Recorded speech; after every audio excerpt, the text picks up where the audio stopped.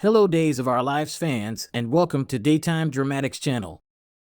Talia and Johnny come to the same realization about their feelings for Chanel while Paulina's desperate for Abe's help. Wednesday, August 9th, 2023. Today on Days of Our Lives, Johnny and Talia each confide their feelings to Marlena. Chanel's left bewildered, Paulina's emergency gives Abe purpose, and Harris encourages Ava to reach out to Tripp. In Marlena's office, Talia admits she has romantic feelings for Chanel. However, she doesn't think she deserves to be happy with her after everything she did. Marlena says that sounds like Colin talking. Making her feel undeserving is how he kept his power over her. But now she's taken her power back and is working on her mental health. Talia thinks it's probably not a good idea to jump into a relationship right now. Marlena says maybe not, but it's also not a good idea to repress her feelings. She urges her not to have any regrets. Tripp calls Wendy from the hospital to invite her for a redo at the Salem Inn. This time with no interruptions from drunken gossip columnists or brothers coming home from bad dates. After a fuming Paulina storms off to take care of Rawlings, Johnny shows up in the square. Chanel explains what happened with the acting mayor. As Johnny explains he was in New Zealand shadowing while on his film set, he gets distracted by Wendy entering the Salem Inn with her suitcase. He snaps back to Chanel as he tells her about Ari and Henry. When Chanel asks about Allie, Johnny tells her they made up and mentions she's seeing someone. However, he's a total tool with zero personality. Plus, he's ugly. Chanel laughs, knowing that's a lie. Johnny admits he's pretty cool, and Allie seems happy with him. But he doesn't hold a candle to her. Nobody does. Allie was nuts to give her up. Chanel could say the same about Wendy and asks if she gave him an explanation for ending things. He thinks back to Wendy telling him he still has feelings for Chanel. He starts to tell her what Wendy said as Talia walks up. Johnny holds Chanel's hands, urging her to hang in there. He's there to help if she needs it. Talia watches Chanel watching Johnny leave.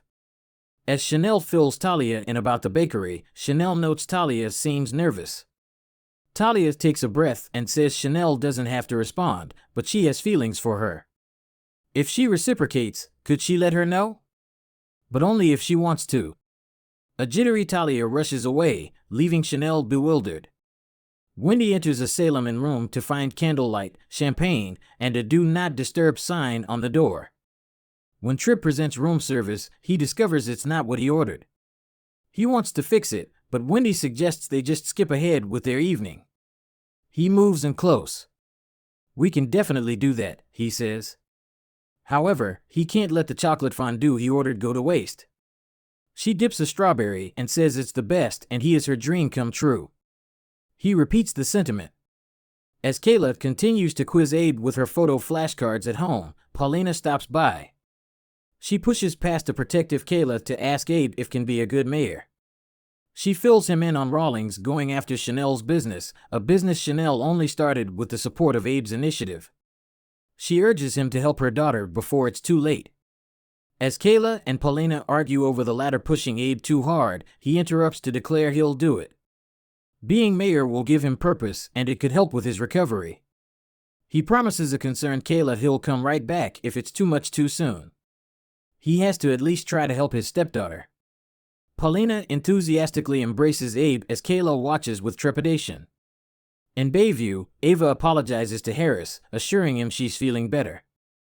She explains about Charlie and her psychotic break that landed her there.